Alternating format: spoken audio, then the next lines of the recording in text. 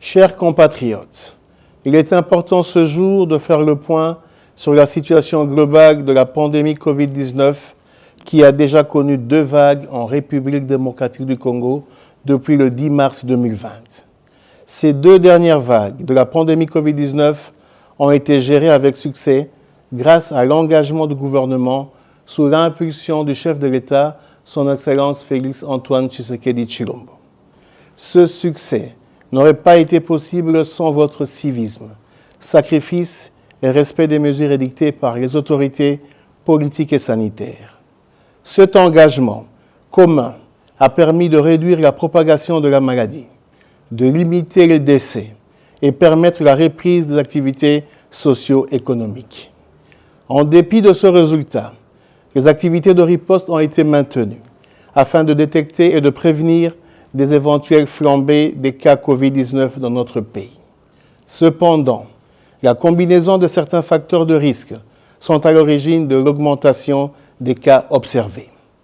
Les principaux facteurs sont les suivants: le relâchement de l'observance des mesures barrières mises en place, en ce y compris le couvre-feu, l'importation des cas suite au mouvement des populations au niveau de nos frontières, une faible couverture vaccinale contre la Covid-19. Chers compatriotes, la situation actuelle de la pandémie Covid-19 dans notre pays est très préoccupante. En effet, on note une augmentation considérable des cas et des décès de la Covid-19 au cours des 4 dernières semaines.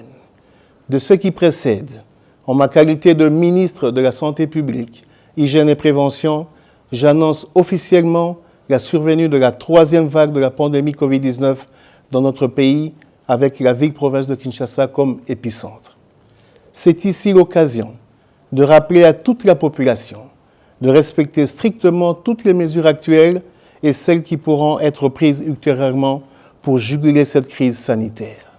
Il s'agit notamment du port correct et obligatoire des masques, du lavage des mains à l'eau ou l'utilisation de la solution hydroalcoolique, du maintien de la distanciation sociale, du respect du couvre-feu à 22 heures.